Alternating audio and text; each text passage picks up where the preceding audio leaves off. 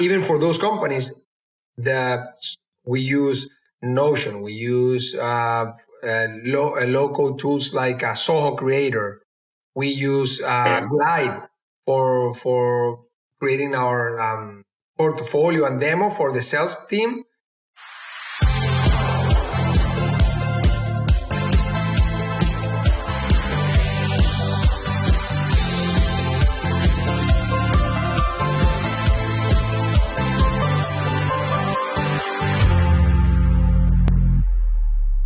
Hello, everyone. Welcome again to the LowCode Podcast. I'm very excited today to welcome Eddy. He's from Venezuela. He lives in Miami, and he's a founder that has a great track record, and that's what I want to talk about today. He scaled an app to hundreds of thousands of users, and I want to understand how he did it, what he learned on that process, on that journey, and hopefully you can get some action points when you're scaling your idea or your app. So, Eddy, welcome to the LowCode Podcast, and thanks for joining us today. No, thank you, Jesus, for inviting me. It's a pleasure. I mean, and as a founder and an entrepreneur, I know how important it is to share knowledge to others, fellow founders and entrepreneurs. That's the only way we can succeed all together and grow the ecosystem. So I'm happy to be here and share my experience and try to help others. I appreciate that. So let's start by you telling us a little bit about your journey. You grew up in Venezuela and then you left in the 2015? 2012, yes. 12, right. And then ended up in the States, right? Yes. When did this idea of building an app start? Well, actually, we started in Venezuela with a small, like a dev shop, like low-code agency, but with actual real code. We started making projects for other businesses like restaurants, hotels. Did some like in educations, like we did several industries, mobile apps, Android and iOS native. Okay. And that we started growing the team. After 3 years doing that, we were like maybe 30 something people. Wow. Okay. Yeah, building apps. Mainly in Venezuela and other countries in Latin America, Colombia, Mexico, basically Panama. And after a while, we always had some like crazy ideas within the team, like, hey, we should do this new social media, or we should do this, whatever, right? And after a while, we said, okay, we have the experience, we have the team, we have learned how to build successful apps for other companies. Let's try to do some like a small project to see how it goes. And we picked a mobile game, like a super like casual game in the trivia category. It was a game that was very popular in Europe back then, and we said, hey, let's try to make it in Spanish, right? With a small twist. We wanted to leverage, like back then, Twitter was booming and Facebook was starting to be a thing. So we said, hey, let's build on top like the social component, like sharing, like asking friends for help on social media, like involving the friends in the community. And we did that. It took us like maybe 3 to 6 months. One designer, one developer, and myself. We set like as a side project, and after 6 months we launched it. And after maybe a few months, it started picking up randomly. Why did it pick up? I'm gonna be honest. We don't know for sure. We spent like a year and a half with a dedicated team, analytics team, try to understand why and where and when exactly pick it up. And I mean, I can tell some hypotheses and theories, but what we never.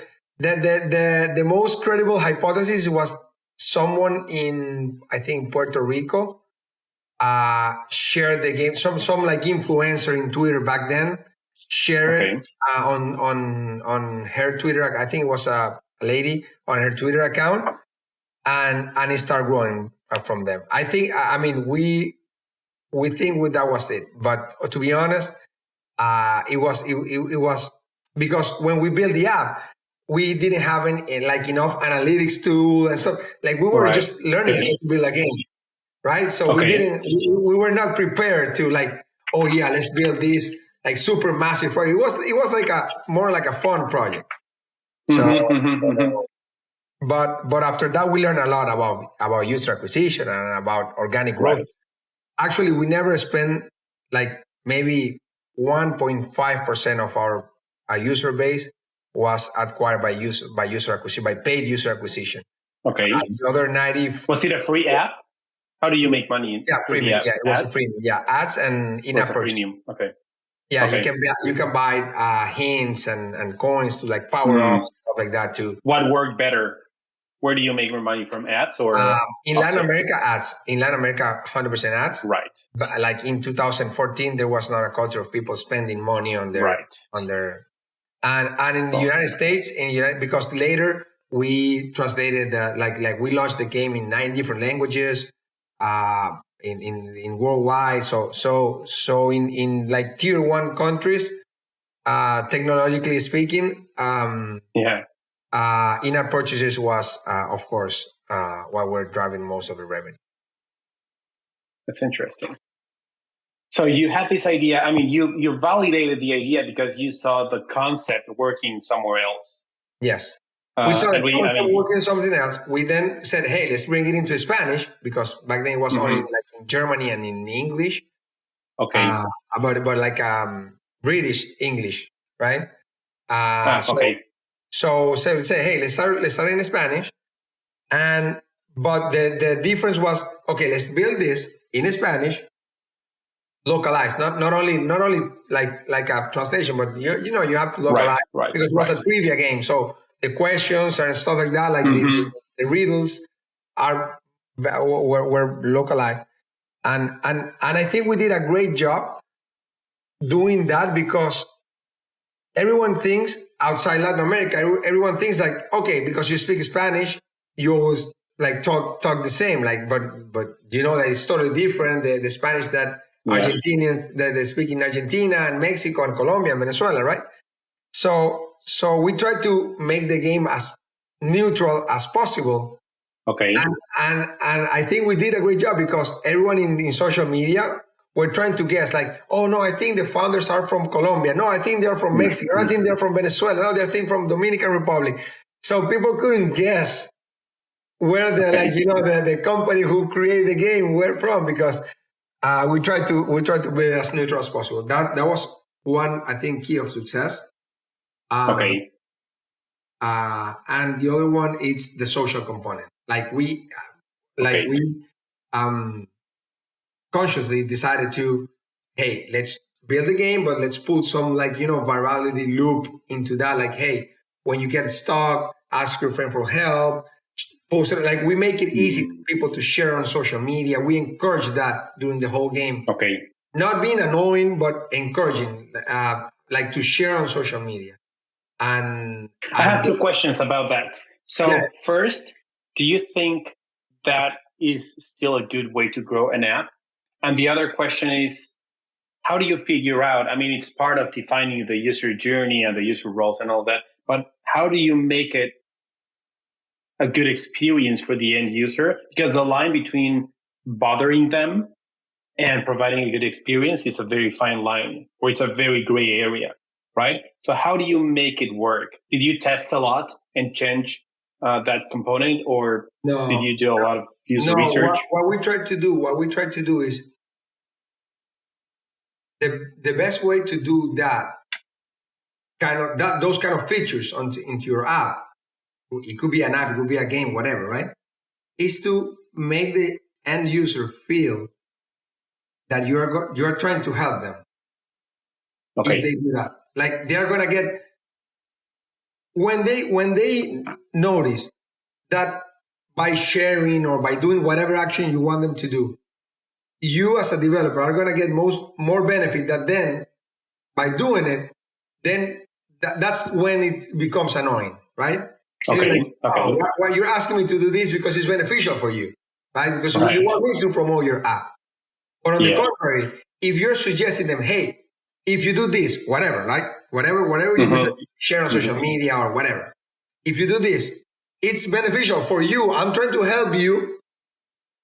Then it becomes, hey, these guys are my ally, my partners. They want to help me progress in the game or achieve more with this app. So you have to, whatever actions you want them to do, you have to provide them value. So in our case, it's you have three options to help you progress along the game. Number one, buy, right? Purchase and ins or whatever, or in-app purchases. Number two, watch an ad or whatever, right? Or number three, ask your friends for help. Not share the game. Not, hey, check out this game. It's not like, hey, check out this game, download it. Or I'm playing this game. Right? It's like, hey, I'm stuck here. Could you please help me answer this puzzle, trivia, question, whatever, or in order for me to get to the next level? Okay. So by sharing, I'm asking for her. So we design a like a viral loop, right? Because when you share at the beginning, everyone were sharing like a screenshots, right, of the puzzle, whatever. But soon we realized that it was going to be way better to instead of sharing the screenshot, sharing like an actual playable, very mini version of the game. So when you share on social media, everyone was trying to, it was playing on their browser, not downloading the game. On their browser, trying to help you. So it was a little web app. It was a little web app. Exactly. So when Jesus shared on his Twitter account, hey, can anyone help me guess this puzzle, whatever, I don't know the answer. When I click on that link that you share, I'm playing the same puzzle that you're playing. And as soon as I get the answer, you will receive a push notification on your app, on your game, saying, hey, so one of your friends help you out, this is the answer. And you will click, get in there, and keep moving forward. So, and myself, that I just teased like the game, I just played the web mini version of the game, said, hey, this looks cool, this looks nice. So after I help you, there was like a message saying like, hey, you want to keep playing the full version of the game? Download it here. That's pretty cool. Is that something unique, or was that something unique in the play? Yeah, yes, actually, in the game industry. Yeah, we have the patent for that system. That's pretty cool. Yeah, it's called Viral 360. Nice, and that's how you grew. That was the secret recipe for growing. Yeah, that's how we went from. That's amazing. When we did that, we already had about 1 million downloads. So by sharing the screenshots or whatever, like. We do that, but we went from 1 million to 40 million by doing it. And then what happened? Did you end up selling that? Yes, we ended up selling that game. Actually, a couple of years ago to a public company in Europe. Nice, cool. Yeah. That's pretty cool. We sold. We sold the game. We didn't sell the proprietary technology. Correct. We just sold the title. Yeah. The IP. Okay. Did you make more games? We did make a couple of more games. We did maybe around maybe 3 games. 3 to 5 games. We got another one very successful, not as successful as this one. That it is called Letter Master, also in the word trivia category. We got maybe 10 million downloads with that one. Wow. Okay. Yeah. But is that a good number? I mean, if you get 10 million downloads, are you in the top, 5% of apps? It depends. 1%? It depends. I don't know nowadays. But Just to give you an example with Appensar or Wordy, how it's called in English, we got with those 40 million downloads, we got top 10 most downloaded games in 160 countries. Okay. So wow. and with Letter Master, maybe we did it those 10 millions, maybe we did it in 50 out of the countries, top 10, like maybe 40, 50 countries. That's pretty cool. We also launched the Disney version of Appensar. Okay. Disney characters and more for younger audience, for kids. Right. That's pretty cool. So, okay, so you grew a gaming company, an app gaming company, for app games, right? Yeah. Most of our clients are building more niche apps, right? More specific for their industry. So think an app for lawyers or an app we have a client, and we recorded an episode last week about an app that helps people that are getting out of jail follow through a lot of complicated processes that they have to go when they get out of jail, right? They have to check in with their case manager. So the app helps them do that flow. So their niche is very specific. 500,000 people come out of jail every year. And then from those 500,000, there's a specific niche of people. What would you say, based on your experience of growing apps, growing user bases, what would you suggest these founders that are building these very unique apps for very specific niches? What would you suggest them in terms of how can they get users? Yeah, what I always advise other entrepreneurs, it's no matter where or what you want to build. In this case, it's totally very different market gaming. You always have to go where your user base is. So let me give you an example. If I'm trying to build a SaaS company, right, a B2B SaaS. Okay, and the industry that I'm going after, it's the automobile industry, right? Mm-hmm. Building something for automobile companies. And then I have to go with all the trade shows, the events where those companies are, right? Or the decision makers of those companies. But if I'm trying to build an app for people hanging out in bars or restaurants, whatever, you have to go after the foodie communities, like like whatever you're trying to which audience trying to go after. Try to find where the most loyals and the more engaged users are, right? Maybe they hang out in Slack channels, groups, or they do on Discord, or they are on Facebook group. Yeah, whatever, right. Facebook groups. You have to go after them in both, in the online world and in the offline world. Sometimes we said, oh no, yeah, they are all hanging out in Twitter and they are in, I don't know, Clubhouse, doing Clubhouse rooms or sessions.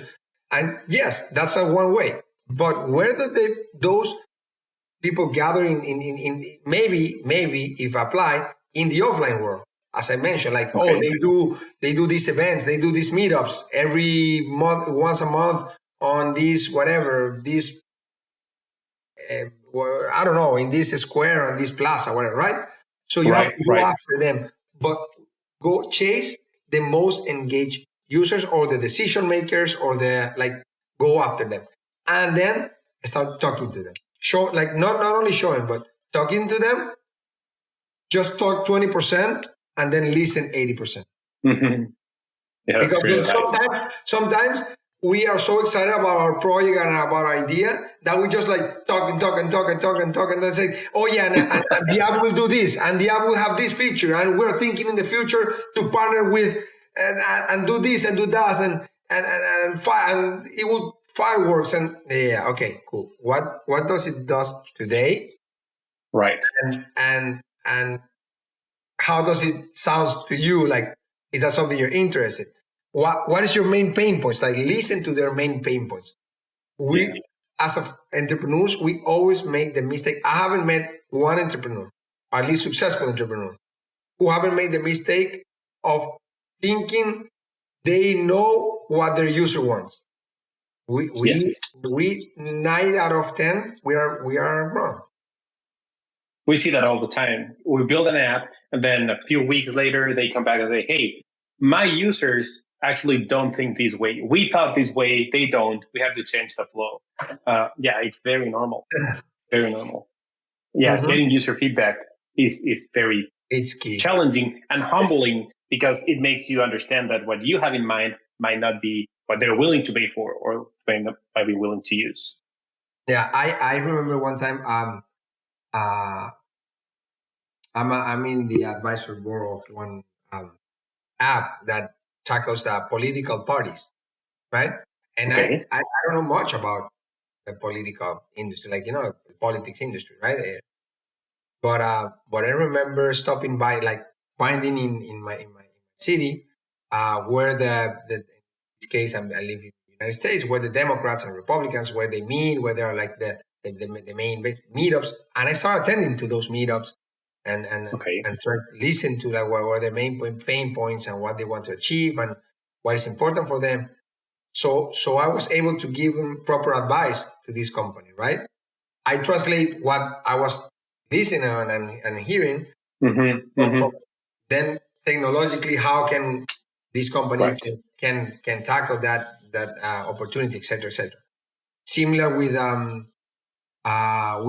we tried to launch was an app for CPG companies, like consumer product goods, like the Unilevers or Procters, or Right. P&G, Coca-Cola. Right. but for food, more like PepsiCo, Okay. for food, Okay. right?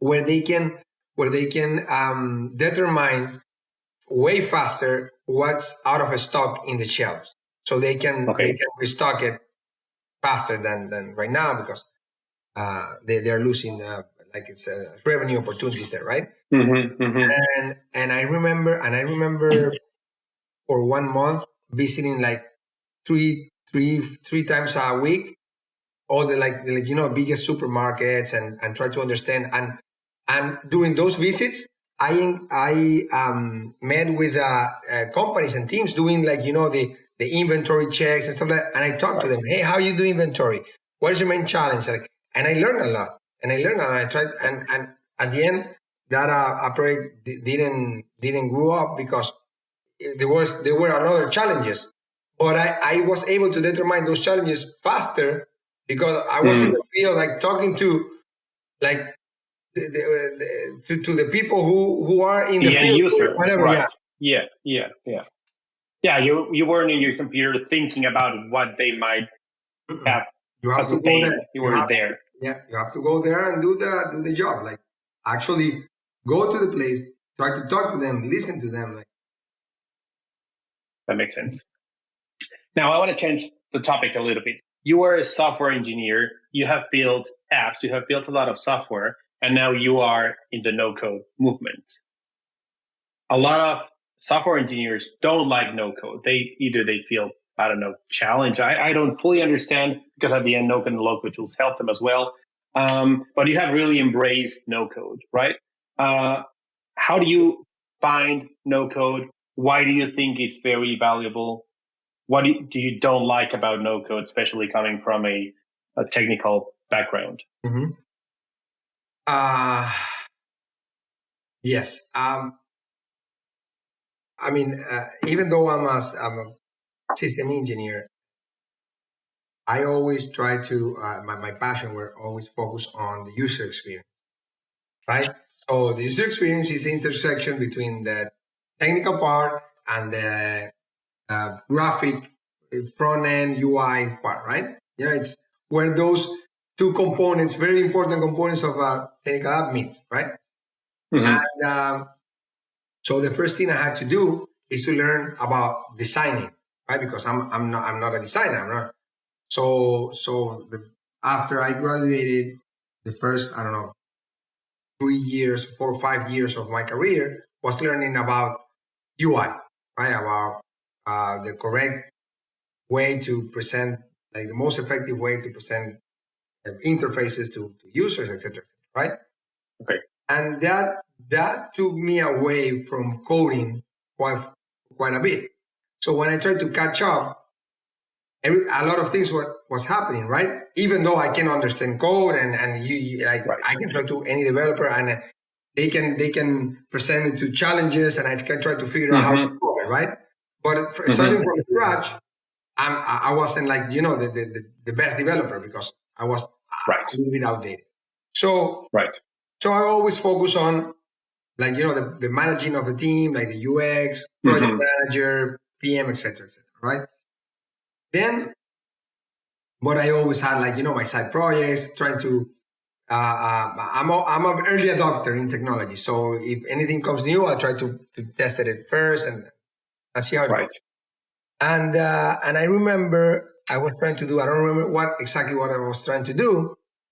And I have the UI for it. Like I built some UI with with Webflow or something like that. I don't remember what. I built some UI, and I was trying to connect it to the backend. Right, but that always has been my challenge: how to connect to the backend. And then I found Zapier, and then my whole universe of ideas expanded because of Zapier. So now I can connect any backend with any front end, like without knowing code, and that's how I started. That's how I started my passion of the no-code tools. Right, so I said, okay, if there is a way of connecting front end and back end without coding, then it should be a way of doing this without coding, and then it should be a way of doing that without coding, And then I started it's just making the right questions, like people doesn't even think about going to Google and says, how can I build a social network without coding? They don't even think about this question because they don't think it's possible, right? The status quo. I need to know how to code in order to build a tech company or an app or software whatever. App. Right. It's so embedded in the society mindset that no one even dare to go searches to Google, to go to Google and says, hey, how to build this without coding? Like how to build a Uber without coding, how to build an Airbnb without coding.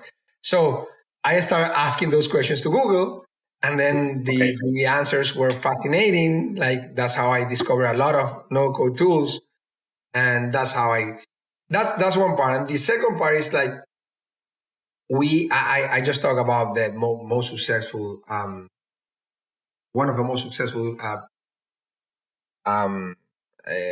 projects that I have worked. But we will need another podcast to talk about the failures, right? Right, all the failed projects. Yeah, so I have a list of at least 20 projects that we try to launch or whatever, where either we lose years, we lose money, we lose like a lot. So after losing a lot of money and a lot of time, I start asking myself, like, hey, how can I build this in 1 week or in 1 month, right? I started in 1 month, then 3 weeks, then 2 weeks, then 1 week, then 1 weekend, right? So how can I build or validate this idea without needing to spend hundreds of thousands of dollars, time with developer time, like, you know what I mean? So that's the second reason why I was super passionate about no-code tools, because they are the best way right now that I know of to validate ideas without much money and much time. So and as an entrepreneur, you learn the hard way that time and money, like everything that saves you time and money, it brings you closer to a successful project. Right, that makes sense. Are you using no-code tools for your own projects, or are you building something around no-code? Yes, all the time. Even for the companies that I'm working right now, like the companies that I'm founder right now. I'm a founder of Amazing. It's a mobile gaming advertisement agency, and Fastmind it's a SaaS tool for enterprise to increase their help them increase their conversion rate. Digital ads conversion rates. Okay. Even for those companies, we use Notion, we use low-code tools like Soho Creator. We use Glide for creating our portfolio and demo for the sales team. When they want to, like when they're in the streets with a client and when they want to, hey, show me what you have done in the past, whatever. So for portfolio, we build a small app in Glide. So even for our own companies, we use no-code tools every day and try to optimize and whatever and when an entrepreneur, a friend, or whatever asks me, hey, how can I have this idea, how can I do it or whatever, 9 out of 10 I recommend using no-code tools for validating ideas. I think it's one of the best things for entrepreneurs who wants to validate ideas cheap and fast are no-code. Yeah, absolutely. That makes sense. So where can people follow you? Are you active on Twitter? Should they follow you on LinkedIn? Where can they learn more about you? Yeah, you can follow me on any social media. It's Eddy, Eddy J, as my second name, Jose, Eddy J Prado. So Twitter, lately has been more active on Twitter than Instagram or LinkedIn, but I check them all. I'm trying to be at least a little bit engaged on all of them. But yeah, Eddy J Prado. Follow me. That's great. We'll have to do soon another episode about talking about the failures and talking about what you're doing now, which a couple of very interesting projects and industries that we don't know about or I don't know about a lot. It's super interesting how we went from B2C to B2B. Right, exactly. To B2B. Yeah. Completely different industry. Yeah, it's totally different monster. Yeah. So thank you. Eddy, thanks so much for joining. I really enjoyed this, and I hope your audience, your listeners, will learn a little bit. So if I can avoid them, at least one of my mistakes, I think we're all. It was worth it. The job is done. Yeah. Absolutely. Yeah, I'm sure it has been very helpful for all of us. All right, Eddy. Thank you. Thank you.